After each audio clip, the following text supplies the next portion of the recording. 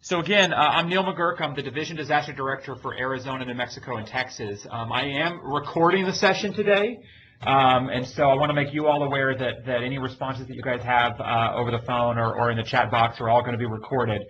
So be aware of that. We are going to be posting this up on our YouTube channel a little bit later today, so people who weren't able to make the call can view it and see it. So the purpose of this call, the purpose of this overall training, is really to discuss how external relations fits into our overall concept of operations. This is our first webinar as we gear up through our next series of webinars in advance of our external relations exercise. And the external relations exercise was developed in an attempt to ensure better coordination between our folks within regions and the external relations functions and with our disaster relief operations team when we have relief operations. So this really came out of, some of the past disasters across the country and within Texas and with other areas within the Southwest and Rocky Mountains Division over the past year, where we identified that we needed to find a way to more effectively engage and ensure that the executive directors, communications leaders, the volunteer services officers, the CVLs are engaged in the relief operation and have access into that relief operation structure. So our first presentation today is really talking about how the concept of operations works, how external relations fits into our concept of operations when we have a disaster relief operation. And so this is it's our basic sort of foundational level webinar. So you may have seen this information before. If you've had some of the concept of operations training, it may be somewhat duplicating that information, but we wanted to make sure that before we go into this exercise that we all have a current common foundation for our concept of operations. So if you guys do have questions throughout the presentation, you can ask them verbally over the phone, or you can ask them in the chat box. And so I'm going to be referring to the chat box ever so often through the presentation. We will be ending today, and this is, again, I'm on Central Time, so we'll be ending at 11:50 Central. So I know that some of you folks have meetings you have to get to or lunch meetings or things like that, so I wanted to give you guys a nice little buffer of which to prepare for any next meetings that you may have. So we're going to go ahead and get started. So section one, the first thing we're going to talk about is our overall concept of operations. And really by concept of operations, I mean how we scale up a relief operation, how we structure a relief operation within disaster services. So our overall concept, and again talking about scaling up and structuring, outlines the requirements for how we structure both a territory, a chapter, a division, and national level disaster relief operations. It articulates the overall authority, the fiscal authority, the operational responsibility, who provides programmatic support at what levels of a relief operation, and the overall management requirements for all response and recovery operations. So the concept of operations was implemented as a mechanism to ensure that we are being consistent in how we run operations across the country.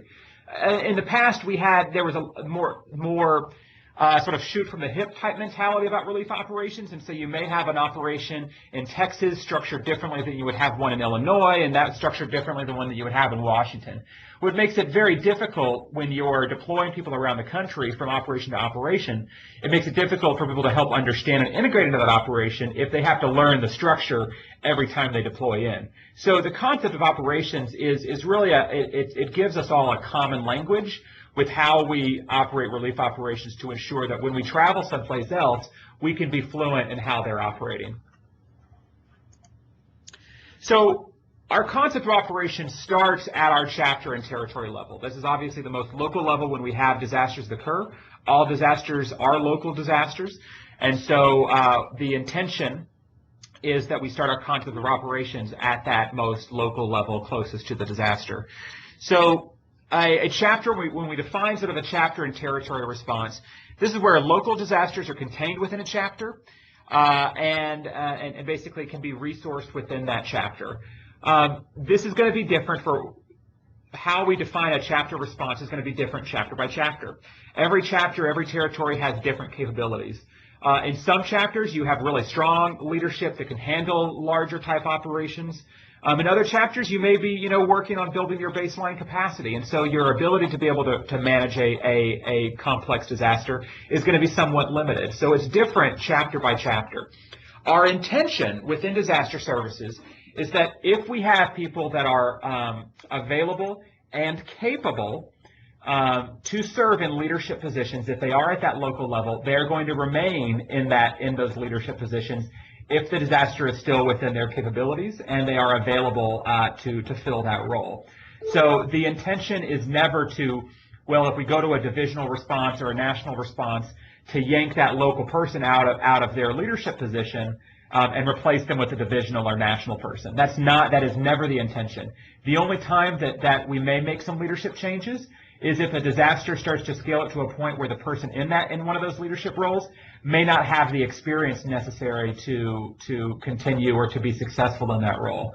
That doesn't mean that they're yanked out and told to go home. That means that ideally what we'll try to do is send somebody in to help mentor, guide that person, so that person could also gain that kind of experience they need, so that when the next disaster happens, they'll be more capable to run an operation of that magnitude.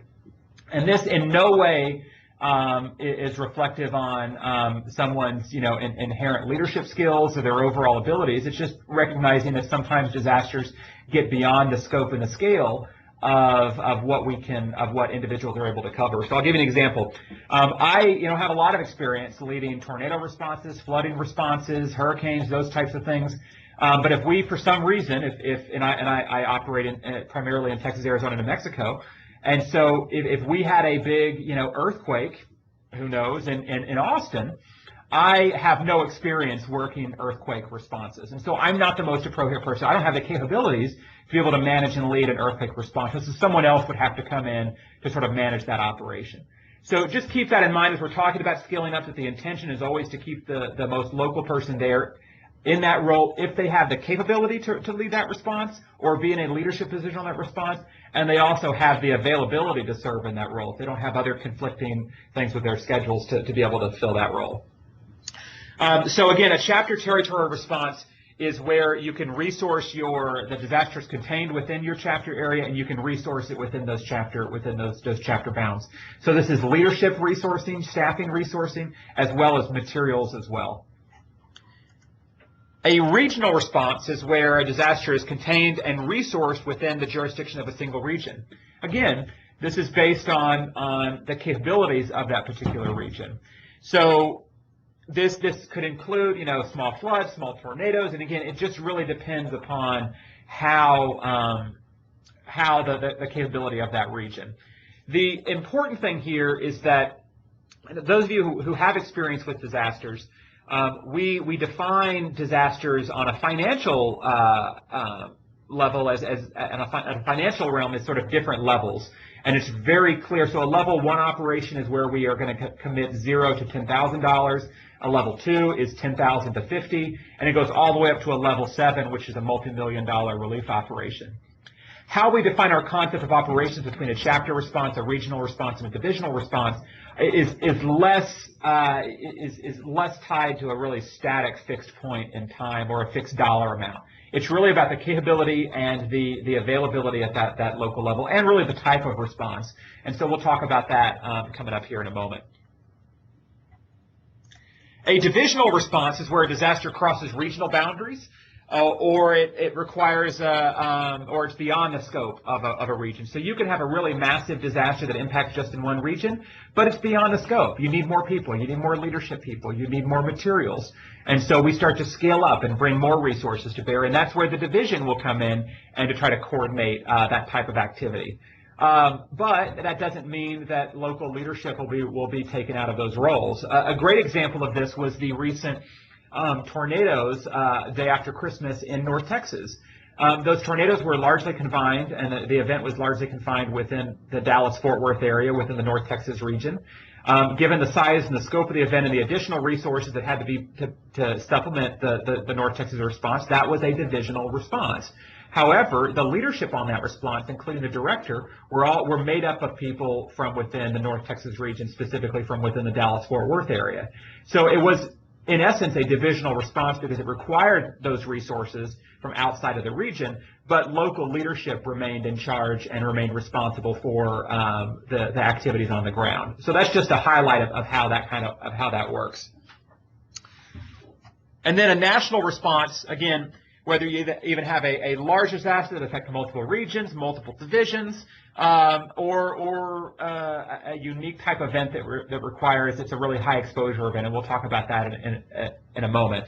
A national response recently, a good example of it was several months ago we were preparing across the organization for some significant Mississippi River flooding. We had potential for flooding in Illinois and Missouri, all the way down through Arkansas, Tennessee, and down into Louisiana and Mississippi.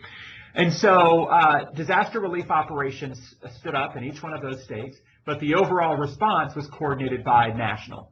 And so while you had local leaders in all the communities obviously working and leading individual aspects of the response, the entire response was being led at a national level because there were multiple regions impacted, multiple divisions that were impacted, and it required a greater amount of national coordination to ensure that the operation as a whole, nationwide, ran effectively.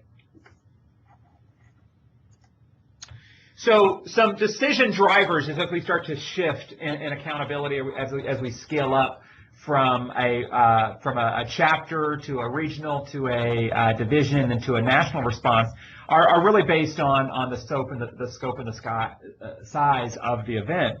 So you have the number of families that are impacted, the geography, if you've got more than one chapter, more than one region, more than one division that are impacted.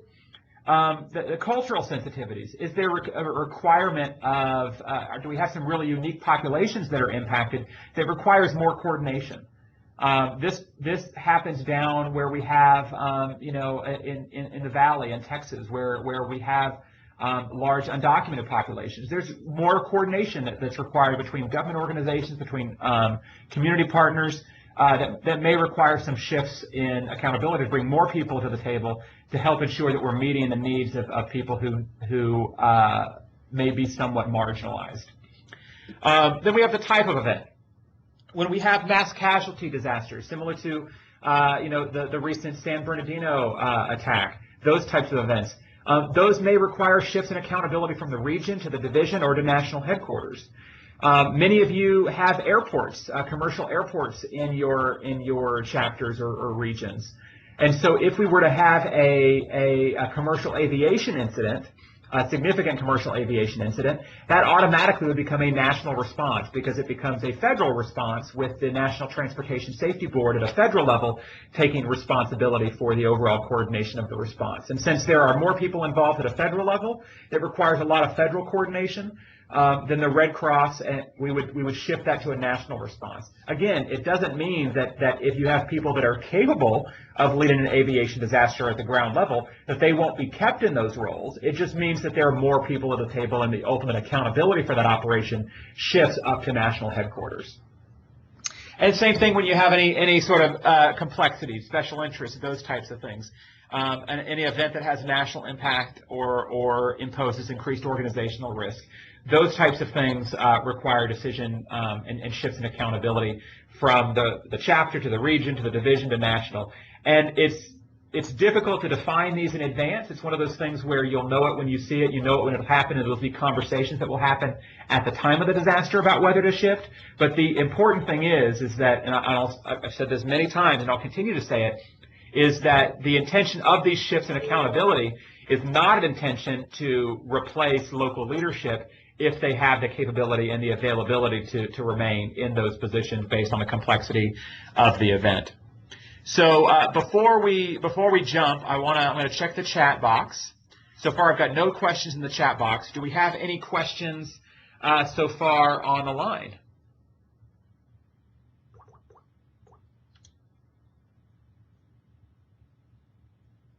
Okay, so no questions so far on the line. So we're going to go ahead and continue on. So our operational structure, as I mentioned within our concept of operations, the structure and the intent behind this is to standardize our overall relief operation structure to ensure that we have a consistent structure for every event and that and it's scalable for territory, all the way from territory responses and to national level responses. And it's an adaptation of the incident command system. But it allows us to adapt some of our American Red Cross principles within the incident command system. So it's not a complete mirror image to what's known as ICS, but it does allow us to align those principles where possible. and it allows us to be standardized, repeatable, and predictable. So when you have a disaster in your chapter, in your region, you know how we can scale up an operation and fit into it. So the key elements of a relief operation, you have sort of your command section, which provides overall relief operation goals and objectives. You have the operations section, which is responsible for direct services. So operations leads direct services, which is any service that deals directly with clients. So our sheltering, feeding, client casework, those types of things all fall within operations. Then you have information and planning. And information and planning is responsible for is forward planning. So getting information out about what we're going to be doing tomorrow. How are we going? What are the reports? What have we done so far today? So it's all about information and sharing information. So for you, if you're an executive director, you really want to know what's going on within information and planning, because they're going to be the key to keeping informed about what's happening on the ground. And that's another thing about this, the goal of this exercise and this whole concept is to ensure that folks that necessarily might not be plugged in a position on a relief operation know where to go to get information and know how to get that information and how to translate it into usable pieces of information that you can then feed to whatever partners or constituents that you're communicating with. Then logistics. Logistics is responsible for staff and stuff. So people, resources, and technology. And then our administration and finance team, they're responsible for, monitoring the dollar, how we're spending funds, what funds are we committing, those types of things. And then external relations. This is the group, again, we're really focusing on here, is working to ensure effective coordination with government partners, with community partners, with our media, both traditional, social, and then our donors through fundraising.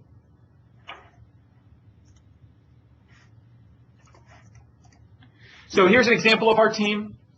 You have the command team, which is start with the director. At the very top, you'll see a Red Cross coordinating officer. A Red Cross coordinating officer, the RCCO, is only put in place typically during either divisional or national responses where we have the federal government in place. So this is someone who can liaise and work with, senior level federal government officials as well as politicians and things like that at a senior level. And they'll obviously be closely coordinating with the regional chief execs and the executive directors if there are any sort of VIP visits or things of that nature.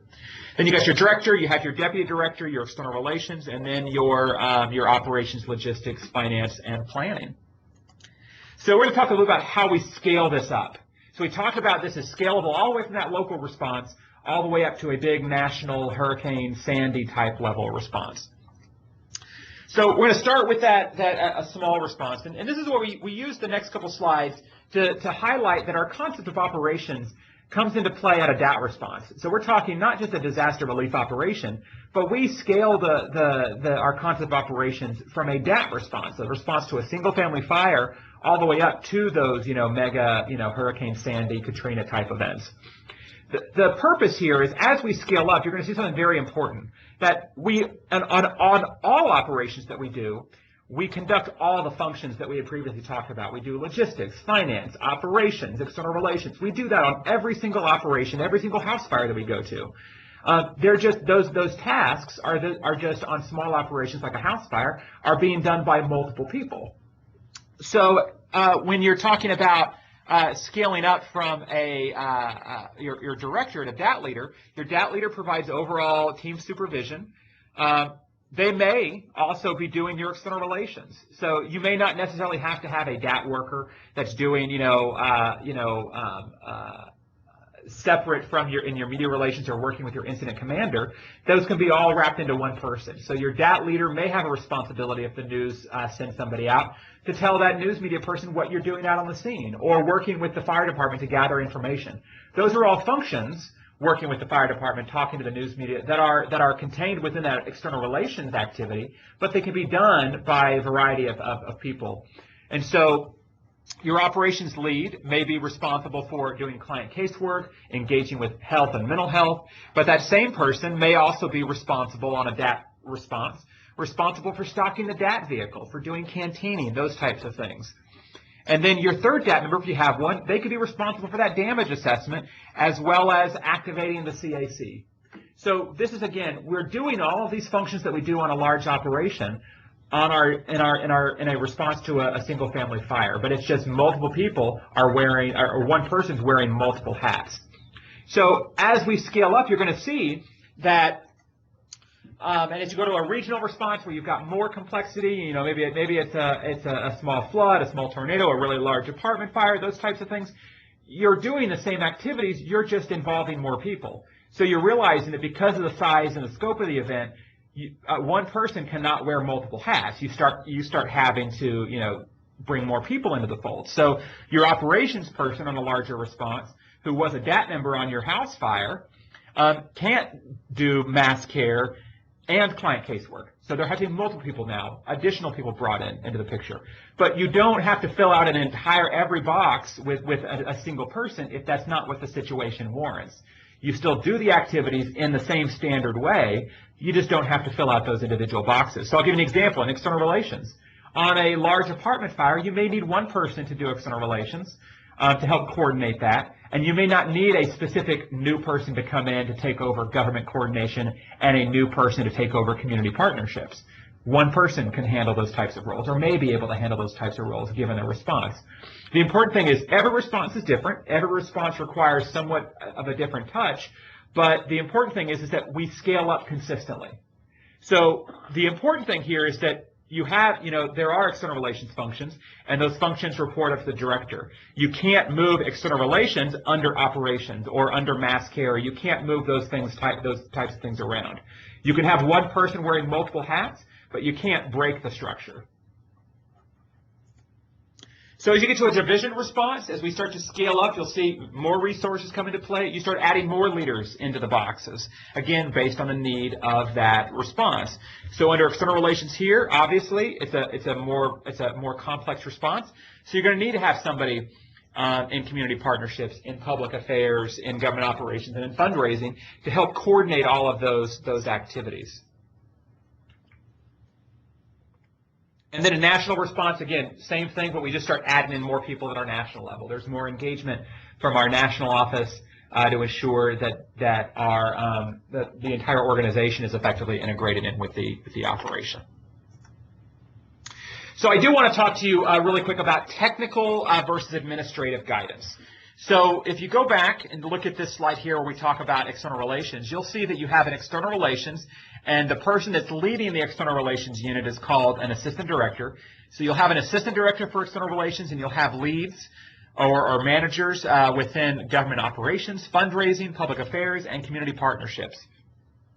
The important thing on this is that you are reporting, you have a direct administrative line to your AD of external relations. But have to understand, especially within public affairs and fundraising, you may also receive technical guidance and technical direction from other individuals. So if you're in fundraising, you're going to receive technical guidance from a regional, divisional, or national fundraising person during an operation that talks about overall fundraising strategies, how you're going to go, who you're going to reach out to, those types of things. That guidance will be coming down. That's that technical dotted line. And the same thing with public affairs.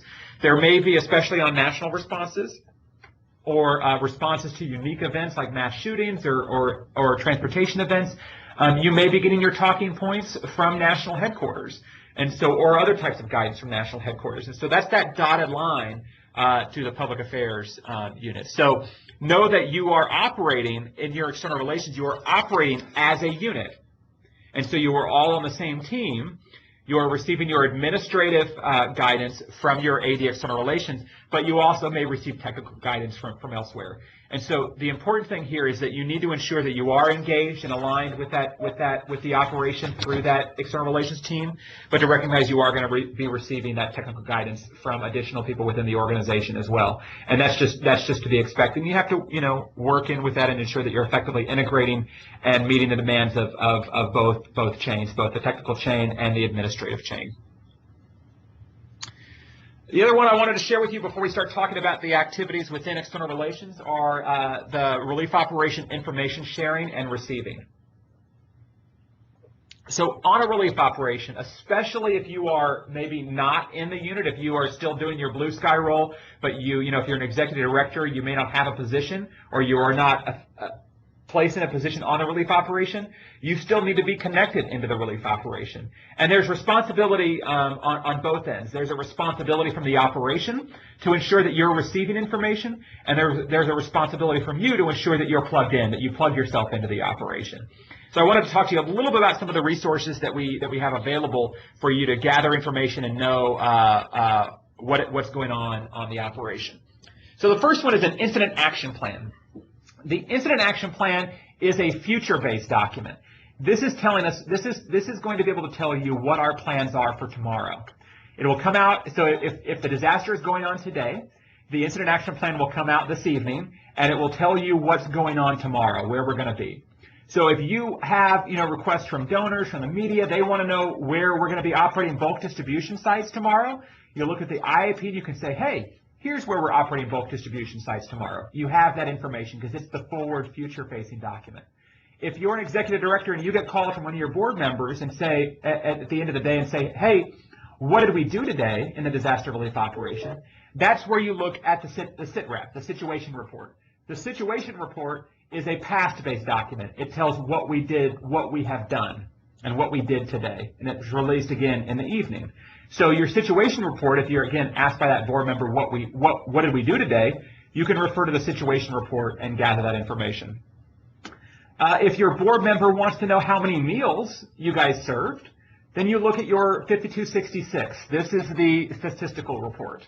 The 5266 outlines all the statistics on the operation, how many cases we opened up, how many clients we've seen, how many meals, how many snacks we served, how many people we had to stay overnight in shelters. It's your one-stop shop for statistics that we gather on a relief operation. And then you can go into, for other documents that may be available in the operation, your disaster operations situation report. This is occasionally put out by external relations sections, which is it's an external briefing that you can send to donors, to partners, to community partners, to government personnel, those types of things. The important thing here is that, like I mentioned before, the operation has a responsibility to ensure that you have this information, but you also have the responsibility to ask the question and to get the information if for some reason you are not receiving it. And this is important, is we put out on operations, there's a wide variety of information. What we don't typically do a very good job of is explaining to people where they can go to find this information. So there's a lot of times when, we hear in after action reports about communications, about someone didn't know where to go to get the information, where to find out the numbers and things like that. The numbers exist, but it's a responsibility on all of us to ensure that everyone has access to the information, and that if you feel that you are not getting access to the information, ask the question.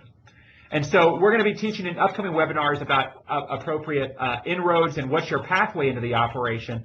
Who is your primary point of contact if you are not physically assigned to the operation? So if you aren't getting this information in the operation, you can reach out to your contact, and your contact can get you hooked up with whatever distribution list happens to be there. So before we start talking about external relations, I wanted to stop one more time and ask if there are any questions.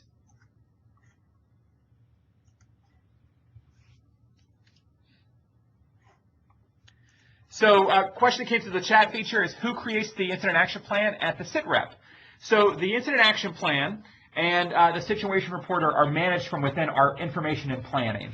So if we go back to our slides a moment ago, you have the information and planning section right here. The information and planning section is responsibility for those informational reports. Now, those information reports still have to be approved by the director, but your planning people are the ones that gather that information. So they are a wealth of knowledge of what's going on in the operation. So if you ever have questions, if you need to get integrated and stuff like that, and if you don't know, information and planning is always a good place to start.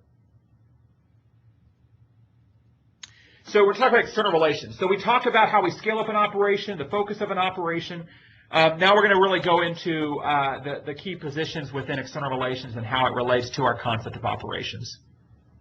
So we talked about this a little bit, but external relations is the group of activities that's responsible for external collaboration. So collaborating with community partners, with government partners, with the media, and with the community as a whole through social media, and then with our donors. And so the structure here is, again, external relations. You've got government operations, public affairs, fundraising, and community partnerships. And again, you have your administrative line up to your external relations assistant director. But you will still be getting and should be, making sure that all lines of communication are open through any sort of technical guidance that you're going to be receiving from the region, from the division, or from national. But the important thing that I would also recommend that if you are in fundraising or public affairs or government operations, community partnerships, that if you are in one of those units, you need to ensure that you have a representative in whatever headquarters location the relief operation is staged. Sometimes I've seen on past operations where either fundraising is particularly limited to fundraising and public affairs, where sometimes public affairs and fundraising may not be physically present at a relief operation headquarters. I find that things get dropped and missed through the cracks if you don't have a representative there who can help feed information back. A lot of, you have the information reports that come out on incident action plans, sit reps and things like that at the end of the day, but if you don't have someone there to sort of listen to the overall conversation, you may miss important and critical information. Again, as a lead, if you're, obviously if you're in fundraising, you're in public affairs, you're going to be out doing media interviews, you're going to be out, meeting with donors, but it's important to have a representative. So it doesn't mean if you're leading the activity, it's not the expectation that you're going to be sitting in the headquarters all day long, but you need to have someone there to ensure that you're effectively integrating and receiving that information. And then public affairs is responsible for telling the disaster story. And you do this through a variety of different tactics, through traditional media, through social media. But it's also, we need public affairs not only to tell the story, but also to get a sense of what's happening on the ground. What's the feeling within the community? What's the community saying that they need? This is vital information for the success of the operation. So we talked about our operations section a moment ago. They're responsible for mass care, for client casework, knowing and understanding and providing services to the community. But in order to do that effectively, they need to know what the community wants. And the external relations group has a part in getting that information to the operations section so they can make appropriate decisions. So again, this is not just about pushing the Red Cross message out. It's about gathering information about what the community needs. And we gather that from our community partners, from our government partners, but also from the media as well. And we should not make assumptions that because it's a news story and it's on TV or whatever it happens to be, that the operations section is aware of it. Because sometimes they're so focused on getting the stuff out, they don't have time to watch the news. And so they require that information, and we need that information being fed from public affairs over to our activities so that they can make appropriate decisions about operations. The other thing that we need to ensure is that if there are problems, service delivery problems, that public affairs, you have a responsibility to keep beating the drum on those operational problems if you're seeing them until we can address them, until they are addressed. So it's not enough just to send an email and say, hey, I saw this incident occur at a shelter, and to send an email and then just assume someone takes care of it. Because we all know that one incident can snowball and start into a whole series of other incidents or really gain a lot of traction on social media. And so if you see an operational issue, we need to address it immediately and confront it head on so it doesn't become more of an obstacle down the road. And public affairs, you have a big part in that. Again, helping us know if you see an issue, if there are things that are starting to gain some momentum on social media, that things that we should be doing or that we're not doing, or things that we have done that we maybe need to tweak our strategy, let us know and keep pushing until the situation resolves itself. And you push that through your AD external relations. You can push it laterally with the rest of your team through mass care, those types of things. And again, your responsibility, and this is to tell the story, to understand what's going on in the community, and then to ensure that public affairs is ingrained within the operation and fully engaged. So disaster fundraising. Obviously, we know this is fundraising is not only a gray sky activity, it's also blue skies. But the important thing is that all fundraisers within the organization, and you guys know this, are disaster fundraisers. But there is a team at national headquarters specifically dedicated to help managing blue sky and gray sky fundraising campaigns. And this is where we talk about that technical guidance. So you need to ensure that you're hooked into the operation and that you are reporting to your AD External Relations, but understand that the general fundraising strategy is likely going to come from some of these folks within the region, the division, or national headquarters. And obviously, we tie in very closely to raise for fundraising for disaster relief when we have disasters as opposed to other types of activities. And then disaster fundraising can, obviously involve a variety of people: chapter board members, executive directors, CDOs, regional CEOs, other volunteers, disaster volunteers, and again, that national headquarters fundraising team. On relief operations, we typically, as opposed to where we, when we deploy out mass care members or disaster assessment members or, government operations folks, where we just put a position out and we get anyone who is qualified for that position deployed in. Generally, that's not the case on disaster fundraising type positions. Typically, disaster fundraisers are deployed in by name. And so if you are interested in deploying outside of your region from a disaster fundraising perspective, you need to make your team and your region know about that, and also make sure that your fundraising folks at the division and national headquarters also are aware of your interest in deploying on a disaster relief operation outside of the region. In kind. So you guys have a lot of experience, or may have a lot of experience with in-kind donations or with cash or monetary donations. In-kind donations on a relief operations can get kind of tricky at some point because it's being managed in two different locations. You've got your in-kind fundraisers that's really managed through that fundraising unit that are focusing on really that engaging with that partner that wants to donate the products. But then in the logistics section, you also have your in-kind individuals. And so really the relationship, and it really needs to be a very close relationship between fundraising and logistics when it comes to in-kind type activities. So if you're an in-kind in fundraising, you're out there really working with the donors, with the corporations, whoever it happens to be, to secure products, but you're going to receive information on what products to secure from logistics. And so logistics is going to have that information about what the operation needs. So if we need 1,000 gloves, you're going to know that and get that information from the in-kind folks within logistics. They'll feed it to the fundraisers, the in-kind folks within fundraising, who can then go out and start working with organizations, with companies that may be able to have those 1,000 gloves. And then when you receive a contribution of those 1,000 gloves, you're going to be working back with logistics to receive and in-process that donation, because then logistics has the responsibility to in-process that donation and to ensure that it gets in the hands of our direct services folks, who will then get it out to the clients. So if you are doing fundraising in kind on a relief operation within the external relations section, you need to be very closely engaged with logistics to ensure that your communication pathways are very strong, because if you don't, either you won't know what we need to have donated on a relief operation, what supplies, and then you also won't know where we need to have it delivered, at what time do we need to have it delivered, and in what way, so that it's most effective, it could be most effectively turned around and gotten into the hands of our relief distribution workers. So this is a very important connection, that if you are in fundraising, you need to make sure you have very tight connection and communication with the logistics folks on the operation.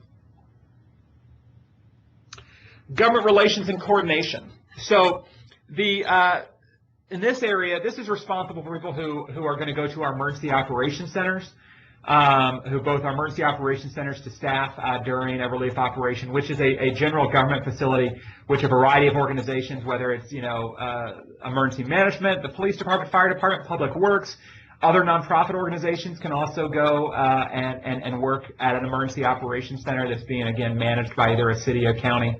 And we're coordinating directly with them at those facilities. But government coordination doesn't just happen at an emergency operations center. It also happens over the phone, at meetings, at those types of things with our federal government partners. And so this government coordination is responsible for coordinating with government partners at local, state, and the federal level at a variety of venues and locations. So it's not just relegated to the emergency operations center, which is why in the past this activity was referred to as government liaison. which really pigeonholed it into sort of that liaison role. But government operations is more coordination and ensuring that we're tightly aligned with the government response and that they know what we're doing, that we know what they're doing, so that there aren't any missteps along the way. And so government operations in this, we also have a responsibility for sharing them, feeding our incident action plans, what we've done, and then government operation also has a responsibility to gather information on what the government is doing during relief operations, so we can feed that back and give that to the people who are going to be delivering services. So again, we can do things in a coordinated fashion to ensure that we're not stepping over each other or causing any undue burdens. So again, who works in government relations and coordinations? Anybody, whether it's disaster volunteers, employees, your executive directors, regional executives, division folks, national folks, anybody can work in government operations. And then government operations is tied to community partnerships as well. So government operations folks are dealing with government entities. Community partnerships are really working with the diverse, communities, organizations that we have in the communities. Nonprofits, churches, spontaneous groups that form at the time of the disaster. We have to ensure that we are effectively leveraging those community organizations. So again, within this response, it's important to understand that it's not just us responding to a disaster. That for us to be able to provide the best possible service to our clients, we have to ensure that they know the other services that are available to other individuals within that are available from other organizations within the community. And so by community partnerships, you're engaging, you're gathering. We're not directing those organizations what to do, but what we may be doing is coordinating them to set up a multi-agency resource center, coordinating them to help, consistent messaging, those types of things, to ensure that the experience is as stressless as it can be for the clients as is possible given the circumstances. So some operating principles within community partnerships is that we're a facilitative leader. Again, we're not telling them what to do. We don't have the authority to tell them what to do, but we need what I found after disasters is the community needs the leadership, and these variety of different organizations need leadership, and this is where we can be a facilitative leadership. We can facilitate access, and through we have a lot of interaction with the clients, and so through this conversation and these conversations, we can gather this and know what the organizations are providing and how we can best engage them with the clients, and then advocate to ensure that there's a diverse grouping of organizations that are at the table. And then understand what their interests are in the operation. What do they want to accomplish? And then tap into that and ensure ways that they can engage in as well. And then ensure that the entire community is overall supported. So again, that's the entire purpose of community partnerships, the operating principles, is to ensure that as we scale up an operation, that we are engaging those community organizations in an effective way that ensures that we're not all falling over each other. Because if we're stepping on each other's feet, if we're duplicating services, those types of things, it just becomes more and more stressful for the people that have been impacted by the disaster. So we are approaching the end of our call here. So wanted just to brief you again. We talked about how we scale up an operation, the functions, the positions. What are some of the decision drivers for how we scale up that operation? And then a little about how external relations fits into a relief operation. In future webinars, we're going to be going further into depth about how to properly engage in the operation, some of the more fine-tuned details. This was an introductory level presentation, and then there'll be another webinar that will talk about the nuts and bolts of the exercise itself. But I'll tell you, I'm very excited about this opportunity. I think we're really focusing this year on this approach to ensure that we don't,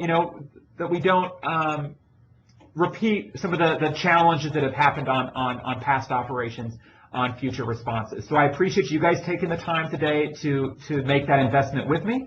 And do you guys have any questions or anything that you need clarification on?